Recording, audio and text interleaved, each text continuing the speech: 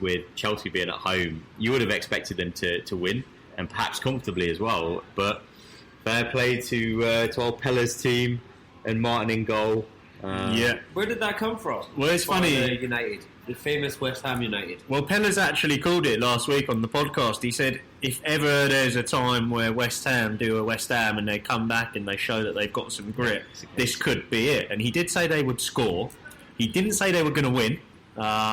So I do feel like in that respect, when Abraham got injured, I think that would have given their players a huge boost. Chelsea don't really have a reserve striker other than Giroud. And as a defending team, when you see Giroud on the list, I think it probably gives you a little bit of a little bit of a boost, really.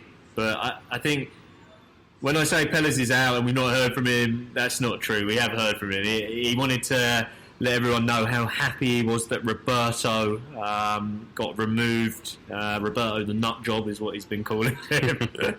And he was taken out, and Pellers was crying tears of joy as young Martin, who came in, was crying at the end, cheers of joy. So I think all in all, West Ham very happy with that performance. Congratulations to them. Okay, so that's West Ham, Chelsea.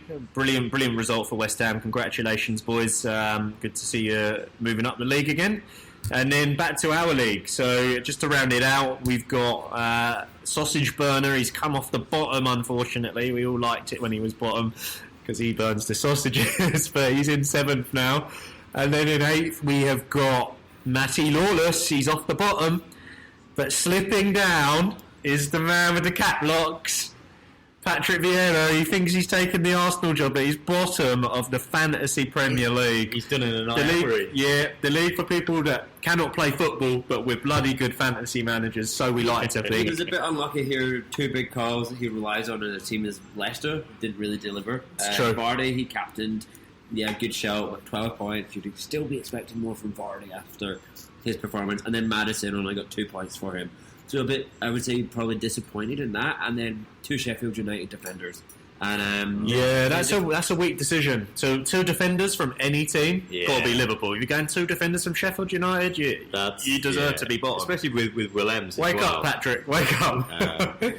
Interesting though, because since Jethro Willems is come in, he had him on the bench. He had him on the bench, and he's actually not played badly for Newcastle. He's kind of cropped up a couple of times and got goals. He's 4.6 million. Is he genuinely a defender, or is he playing further up the pitch? Because that striker he arrayed into the bottom corner was not the striker of a defender. No, it was great. Yeah, I think he does. I don't know whether he plays on the wings, in which case he kind of gets himself further up the field, but. Kind of looking back at previous game weeks, there's he's scored some decent points, and not just all through not conceding. So unfortunate to leave him on the bench there. But he did have Son in his team, so I guess a good 10 points from Son. But definitely good from Son. And last week, Neil, you did call out Son. You said, Sonny boy, captain choice was your captain choice. Would have been the captain that would have got people the highest number of points, other than Van Dijk. So I got that a little bit wrong. But I do think, though, that was a good choice. Out of everyone here that sat around the table and gave captain choices, Neil Van Dijk, you actually came in with the best suggestion, because Son would have done the 20. You also mentioned Ali, but you never captained him. So I think what I was thinking over the weekend is we need to keep a tally of who's actually given the best captain tips out there. So it's going to be 1 to Neil Van Dijk and 0 to the rest of us. Go on, lad. I think our listeners need to know who to listen to, because we all give one each week. But who do you listen to? So listeners, you've been shouting for it in the emails. That's where I got the idea. I'd like to play it off as my own. But Neil Van Dijk 1, everyone else 0 on captain choices. It started game week 14.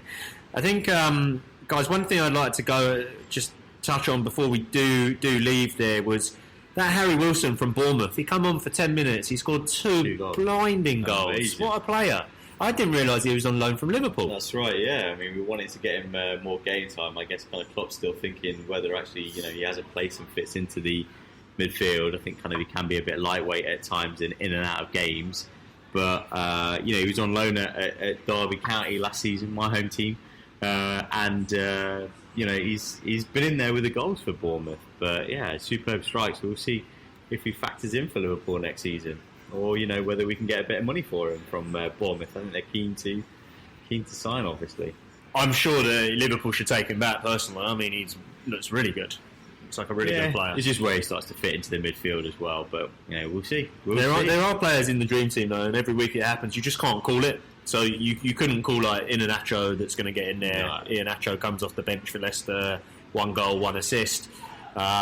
Players like sort of Creswell, you can't guarantee that's going to happen every weekend. And then, but some of the others in there, like Ali, Son, we were sort of suggesting Spurs are on the up. We should have perhaps been heeding our own advice. And then Aubameyang comes back around and gets 2 again, but not the consistency from Aubameyang. So I don't know. But anyhow, we'll get into that later as we look at the. We've got a lot of games to get through. We sure do, Sean. We're going to move on. We're going to move on. And Saturday. Wow. So and Sunday. A lot of football this week. Game week 15 and game week 16. Season. It's the. I love this time of year. I love it. So, does your wife? I mean, she loves it as well. Yeah, she doesn't have to talk to you, right, Jimmy Ferg? That's why she loves it, man. But anyhow, that is part 1 done and dusted, listeners. Thank you for tuning into the show. We'll be back in part 2 with our rambling from the dugout. We then move on to game week 15, then 16, and then we've got the captain choices. It's going to be a hell of a lineup. Speak to you soon, listeners.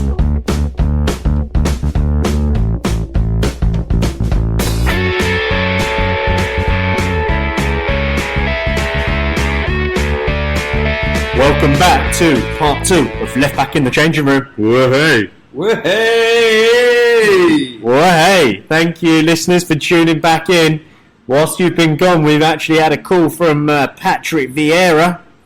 He wanted to let us know that the reason he's not actually here today is not because he's looking to take the Arsenal job, but because he's actually busy with Baby Raheem and his dinosaur hands. Baby Raheem! He's been a bit of a post-Thanksgiving nightmare and wanting extra milk. But the one reason that Patrick did call in, he wanted to let us know that although he only got 37 points this week, he did want it known that he actually got more than Sean the John McGinn fanboy, who only got the 35.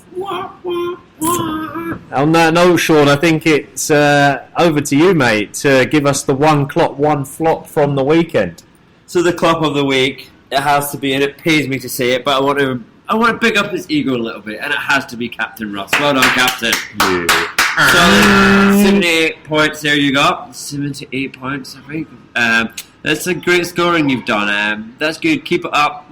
Let the confidence go to your head and then fail, because by Christmas I'll be above you, mate. Just keep that in mind. So, fighting words. Fighting talk. Yeah, so you're going down, Captain. We'll let you Captain. have it this week, and then we'll resign myself to the fact that I am the flop of the week. So, it has to be me. What did I get? 35 points? That's just unacceptable. Like, even Man U will finish this season with more points than that. So, there's only 2 people that got below. A bit upset, tried to go big, and instead I just went home. And yeah, so only 2 of us got below the average, Sean, yourself and me. And Patrick. And Patrick. And so Patrick. Yeah, we'll forget about this one. We'll put it down to experience, and we'll move on. We will. We'll also forget that I'm not the flop for forgetting to record part 2. That said, thank you, Patrick, for the call. We've got another caller on the line, and it is our question. No. It's our rambling from the dugout. Rambling from the dugout. Guys, we have got Rick from 5th Position.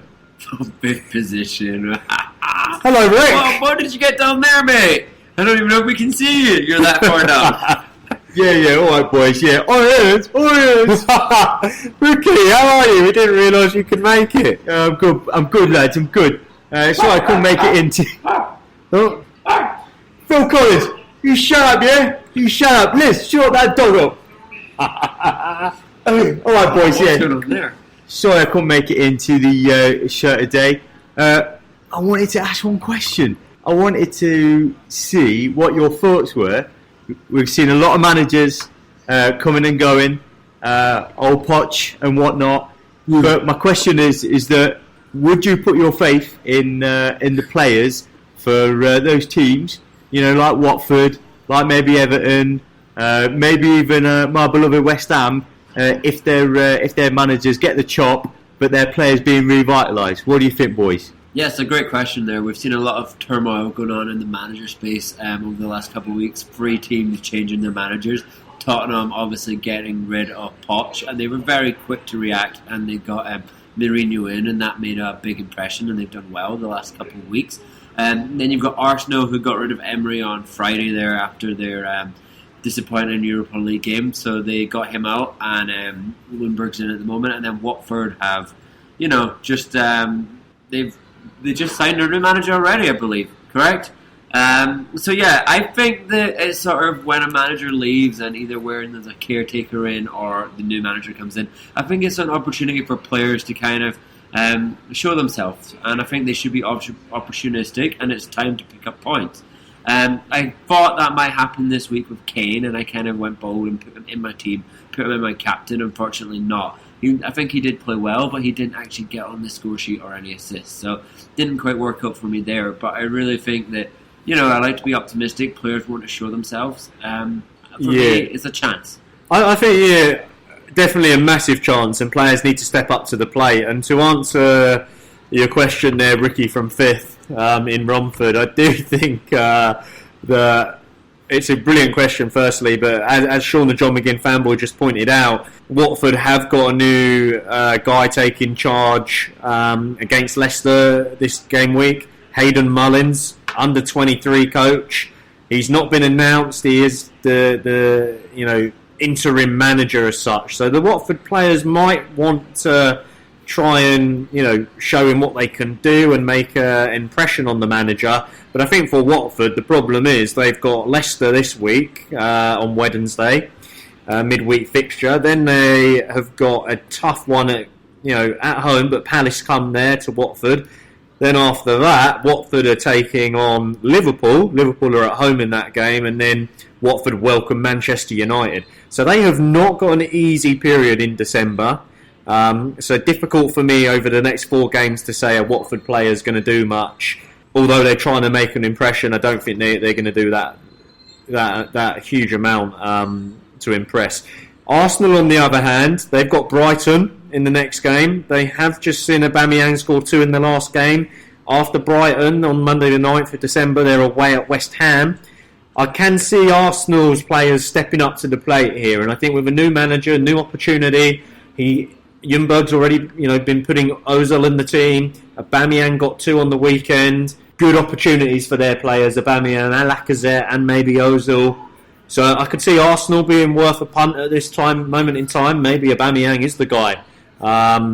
Abraham is injured, as we saw, and he's likely to potentially not be in the next game week. He's 25% likely. Could be that you get rid of him and you look at an Arsenal player if you can afford it. And then you spoke about it there, Sean. Tottenham have been brilliant under Jose. Could certainly see their players worth getting. They're scoring goals. They have got Man United in the next game, but they're at Old Trafford. Jose's coming back. He knows how to play against Man United. He knows how they play. I could see Spurs doing well there, and then they've got Burnley the week after. So definitely worth getting Spurs players in. So I do think new manager, new team, worth looking at. It depends who you're playing. It's definitely worth looking at, definitely who you're playing. But then I think if you're gonna put some trust in players from those teams, definitely look at your midfielders and your attackers. I think because it's that state of transition, sometimes that can be quite hard on the defence and the keeper.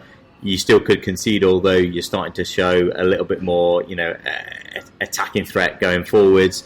So as you called out with Spurs and Arsenal specifically, definitely looking at their midfielders and attackers are the way forward. So good question. I think that's a big part of it, how they will mentally react, and I think that teams will be streaking up at the back a bit when they get a new manager in. A manager wants to come in and they want to try and give their sort of influence and make their mark, and the easiest way to do that is to shake it up front, try something new, but that's going to leave you exposed at the back. So I think that's a good piece of advice you've got. But then you've always got like a Sam Allardyce that could come in and try and shut it out at the back, and then it does depend who comes in. But I think, great question. Generally, a team with a new manager, they have a honeymoon period. So definitely worth looking at all of those teams. But Watford, as we've said, tough fixtures.